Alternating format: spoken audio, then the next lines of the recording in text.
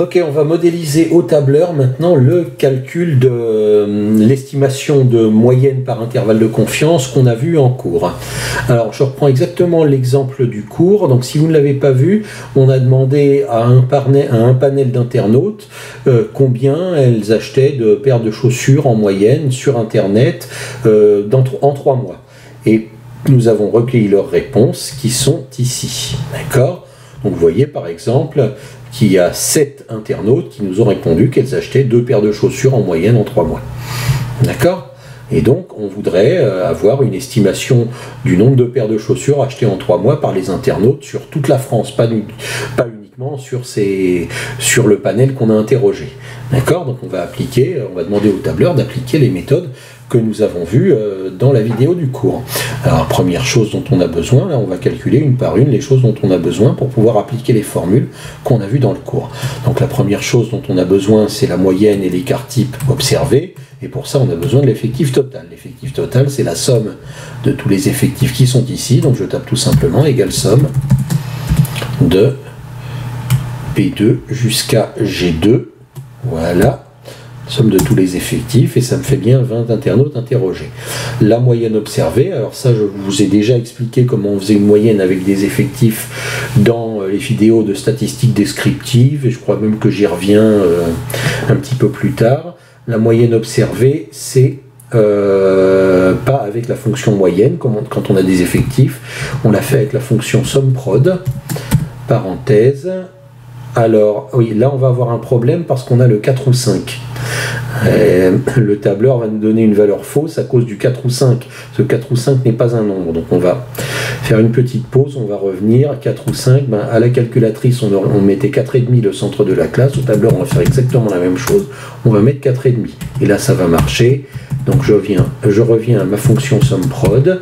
Et je vous rappelle qu'on met dedans la ligne des valeurs, point virgule, la ligne des effectifs. On ne met surtout pas les deux lignes en même temps.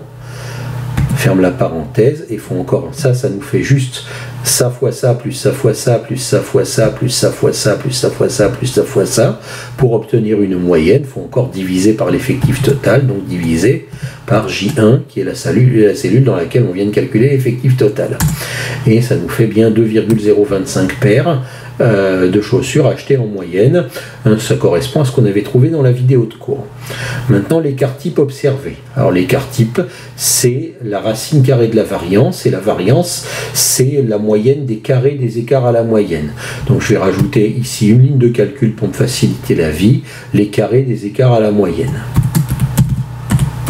Je vais mettre carré des écarts. Cette ligne étant totalement inutile à interpréter, elle ne sert qu'à calculer l'écart type. Donc je vais mettre, c'est-à-dire 0 moins la moyenne observée, le tout au carré. Donc, parenthèse, mon 0 il est en cellule B1, moins la moyenne observée elle est en cellule J2. Le tout au carré, le carré c'est donc puissance, c'est algèbre 9. Pour le petit chapeau de la puissance 2. Voilà, alors si j'appuie sur Entrée, ça me donne la bonne valeur, mais le problème c'est que je veux étirer vers la droite, et que si j'étire vers la droite, ce que j'ai mis en cellule J2, ici il va aller le chercher en K2, en L2, en M2, et moi je veux pas qu'il aille faire ça, je veux qu'il reste en cellule J2, donc pour éviter qu'il aille en K2 et en L2, je vais mettre un $ devant le J, pour lui dire de rester sur la colonne J. Voilà, vous voyez qu'il calcule quand même, le $ ne le dérange pas. Et quand je tire vers la droite, j'ai bien les valeurs que je veux. C'est-à-dire que par exemple ici, il m'a bien fait G1 moins J2 au carré. Voilà. Et maintenant, si je fais exactement la moyenne avec SUMPROD de la deuxième et de la troisième ligne, comme j'ai fait pour la première et la deuxième ligne, je vais obtenir la variance. Pour l'écart type, c'est la racine carrée de la variance. Donc je vais taper racine. Racine, c'est le nom de la fonction qui me donne la racine carrée, hein, c'est marqué ici. Parenthèse. Et là, je vais taper la formule de la variance, qui est exactement la même que la formule de la moyenne, sauf qu'on va la prendre dans la deuxième et la troisième ligne, au lieu de la prendre dans la première et la deuxième ligne. Donc, SUMPROD, parenthèse. Donc, les valeurs, cette fois, sont en troisième ligne et plus en première. Point virgule, les effectifs sont toujours en deuxième ligne. Fermez la parenthèse de SUMPROD, il faut diviser par l'effectif total. comme on l'avait fait précédemment. Et là, je dois encore refermer la parenthèse de la racine. Et voilà, j'obtiens l'écart type observé de 1,346 qu'on avait bien obtenu dans la vidéo. Donc l'écart type estimé maintenant, ça c'est l'écart type observé sur ma population, sur mon panel de 20 internautes que j'ai interrogés. Maintenant, j'aimerais estimer l'écart type sur toute la population française. Alors, je vous ai dit que pour estimer l'écart type sur la population, si la population est assez grande par rapport à l'échantillon, il faut appliquer un petit correcteur de biais. Ça, on l'a vu dans la vidéo sur l'estimation de l'écart type. Il faut multiplier l'écart type observé par racine de n sur n-1, où n est l'effectif total, où n c'est ce 20-là, l'effectif total. Donc l'écart type estimé, je vais exactement lui dire de faire ça, c'est racine de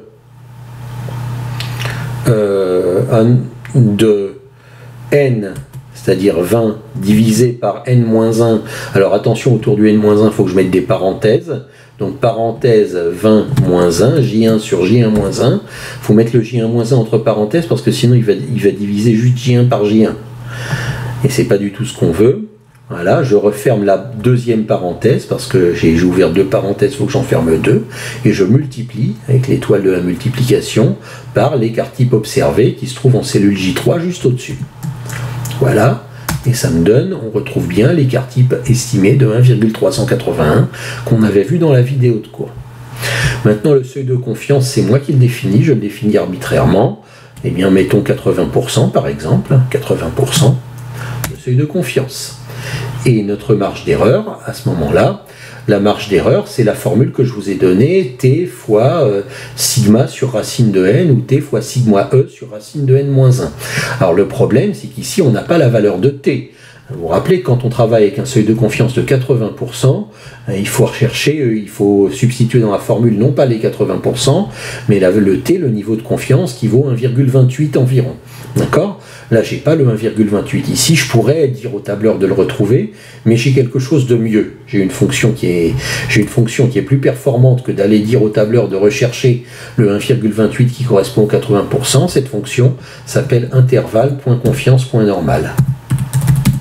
Donc je tape intervalle.confiance.normal. Et elle est plus pratique puisqu'elle ne se sert que des paramètres que j'ai rentrés. Et regardez ce qu'elle demande en paramètres, alpha, écart type, taille. Alors qu'est-ce que c'est que alpha? Alpha, c'est pas le seuil de confiance, c'est le contraire du seuil de confiance. Alpha, c'est le seuil d'erreur. Donc en fait, alpha, on va pas mettre le seuil de confiance, on va mettre 1 moins le seuil de confiance. Souvenez-vous, c'est un petit piège. Il ne faut pas mettre le seuil de confiance, il faut mettre 1 moins le seuil de confiance qui était en J5. Donc alpha, c'est 1 moins J5, 1 moins ce qu'on a trouvé pour le seuil de confiance, enfin ce qu'on a fixé. Point virgule, écart type. Alors là, j'ai deux écarts types, lequel je mets?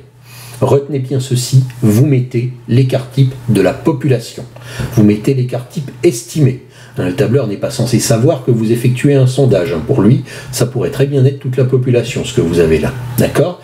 Donc, comme écart type, vous mettez l'écart type estimé dans toute la population et pas l'écart type observé. Donc, vous mettez là ce qu'on a trouvé en J4. Et la taille, eh ben, c'est la taille de notre échantillon, c'est tout simplement le 20, là, le J1 qui est ici. D'accord? Alors, quand je dis vous mettez l'écart type... enfin, je vais le dire plus tard. Déjà, remarquez que cette fonction-là nous calcule bien ce que nous voulons. Et que voilà, nous retrouvons le 0,395, 0,396 à peu près, qu'on avait vu dans la vidéo de cours de marge d'erreur d'écart à la moyenne observée. D'accord? Si vous n'avez pas l'écart type estimé, vous pouvez quand même vous en tirer en corrigeant le biais manuellement. C'est-à-dire que vous allez voir, je vais obtenir exactement la même valeur avec l'écart type observé en faisant intervalle.confiance.normal. Parenthèse, alpha, je mets 1 moins le seuil d'erreur ici.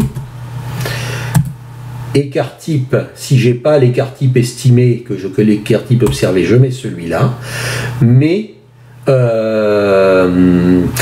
je vais devoir tricher un peu avec le tableur en lui disant que la taille totale, que l'effectif total, c'est pas J1, c'est J1 moins 1. Alors ça sort un petit peu de mon écran. Regardez-le ici, c'est J1 moins 1. Donc je triche un peu, quand je prends l'écart type observé, je dois lui dire que je dois retirer 1 à l'effectif total pour corriger le biais. D'accord? Et là, vous voyez, j'obtiens exactement, enfin presque exactement la même chose. Hein. C'est à s'y tromper, il n'y a que la dernière décimale qui... Ah non, c'est exactement la même chose, il a juste, la colonne est plus large, il m'a juste calculé une décimale en plus parce que la colonne est plus large. Si je réduis la colonne, j'obtiens exactement le même nombre de décimales. Si j'agrandis celle-là, vous voyez, j'obtiens ce que j'avais obtenu avant. Donc vous voyez, ça donne exactement le même résultat. D'accord? Donc quand on a l'écart type estimé, autant on n'a pas besoin de retirer 1 à l'effectif total. Voilà, bon, tout ceci ne nous donne pas encore notre intervalle de confiance. Comment allons-nous obtenir notre intervalle de confiance? Eh bien l'intervalle de confiance, c'est la moyenne moins la marge d'erreur, et la moyenne plus la marge d'erreur. Donc là, le minimum de la moyenne de toute la population, c'est notre moyenne observée moins la marge d'erreur qu'on a obtenue, donc J2 moins J6, donc 1,629 environ 63, et la moyenne, le maximum de la moyenne dans toute la population, c'est donc moyenne observée plus la marge d'erreur, et pas moins cette fois-ci, et ça nous donne, voilà, donc l'intervalle dans lequel est compris le nombre moyen de paires de chaussures achetées par les internautes de toute la France avec un seuil de confiance de 80%. J'ai 80% de chance que la vraie moyenne se situe dans cet intervalle-là. Si je veux 90%, eh bien je mets 90% à la place de 80%. Et j'obtiens mon intervalle de confiance au seuil de 90% immédiatement. La marge d'erreur s'est ajustée, tout s'est ajusté. Si je veux, je peux même avoir 98%. Je peux même travailler avec un seuil de confiance dont je ne vous ai pas donné le niveau de confiance dans le cours. Voilà, vous mettez le seuil de confiance que vous voulez. Avec 98%, comme vous avez intervalle point confiance point normal, vous n'avez pas à chercher le niveau de confiance. Vous voyez que tout s'ajuste et que voilà, donc vous obtenez votre intervalle de confiance avec le seuil de confiance que vous voulez. Un dernier petit truc, je remets 80%. Je vais quand même vous montrer que lorsqu'on augmente la taille de l'échantillon, eh bien on obtient des estimations plus précises. Je vais multiplier toutes ces réponses-là par 10. Je vais mettre 10, 70, 70, 30, 10, 10. Je vais multiplier toutes les réponses par 10. Ça me fera donc un total de 200 personnes interrogées au lieu de 20. Comme ça va rester proportionnel, la moyenne ne va pas changer. L'écart type observé ne va pas changer. Par contre, tout le reste va s'ajuster en fonction des 200 personnes et pas en fonction des 20 personnes. Et vous allez voir que ça va considérablement nous faire rétrécir notre intervalle. Ce qui nous montre bien que quand on interroge plus de gens, on a des résultats plus précis. Regardez, 10, 70, 70, 30, 10, 10. Et là, vous voyez, la moyenne, l'effectif total est passé à 200, la moyenne observée est restée la même, l'écart type observé est resté le même, par contre l'écart type estimé s'est beaucoup rapproché de l'écart type observé, la marge d'erreur a considérablement diminué, c'était 0,5 et quelques, maintenant c'est 0,12 simplement, et notre intervalle de confiance est beaucoup plus réduit que l'intervalle de confiance qu'on avait observé, donc on obtient une estimation bien plus précise en interrogeant 200 personnes qu'en en interrogeant 20. Bon, ceci a ses limites, hein. Si on interroge 1000 personnes, à partir de 1000 personnes, il va être beaucoup plus difficile de gagner de la précision après, hein. C'est pour ça en général que dans les sondages, on n'interroge pas plus rarement beaucoup plus de 1000 personnes. Ça, on l'avait vu dans nos vidéos sur la distribution d'échantillonnage. Bon, toujours est-il que voilà comment on programme une estimation de moyenne par intervalle de confiance au tableur.